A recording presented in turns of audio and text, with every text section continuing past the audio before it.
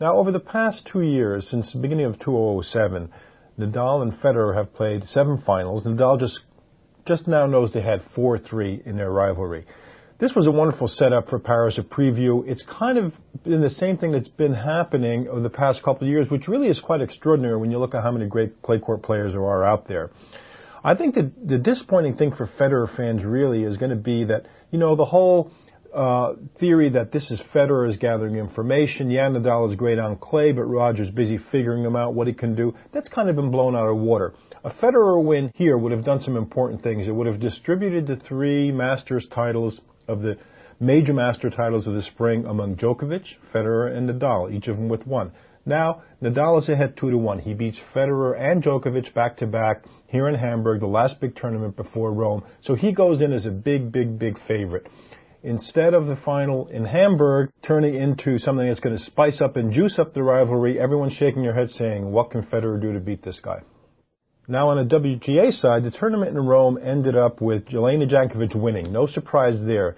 Jelena is probably the hardest working girl on a WTA tour. In fact, some people would almost wonder whether there's anybody working on a WTA tour given what's been going on these days. She beat Elise Coronet in the final. Now, remember this name because this is a tough young player. She's from France. She's from Nice, but she isn't all that nice because she's just hammering a lot of people out there.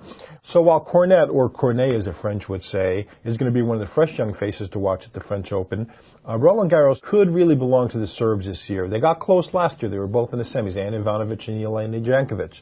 Now, both of the women are playing better. Ivanovic has tailed off a little bit in the past couple of weeks, but Jankovic is coming on strong here. She's got an ideal game for clay. She's got that crab-like movement. She's really quick around the court. She's a tough baseliner. She loves finding out points. She's very patient. I expect her to do big things in Paris. We've had all the events in Europe produced legitimate winners. The only guy who won a big clay court tournament in Europe this spring who was not a Grand Slam title holder was Fernando Gonzalez. And you'll remember he was in the Australian Open final a year ago. On the women's side, the news really wasn't quite that good. I mean, people talk about the depth in women's tennis, and I think if you just looked at the results, you would say, wow, women's tennis is incredibly deep. You had a Safina winning a tournament. You had a Dolko winning a tournament, Gisela Dolko, that is. You also had a Vera Zvonareva winning, and now Cornet in the final. The bad news is they won those events and were in those finals partly by default. The top women just haven't been supporting the tours. The Europeans haven't really embraced the women's game as much as they should. So if you just look at the difference in the men's and women's results in the spring in Europe, which is really kind of the prime time for their tennis, it's really pretty bad news for the women's game. And remember, check out my blog, Peter Bodo's Tennis World, which is available at tennis.com. We'll see you next week.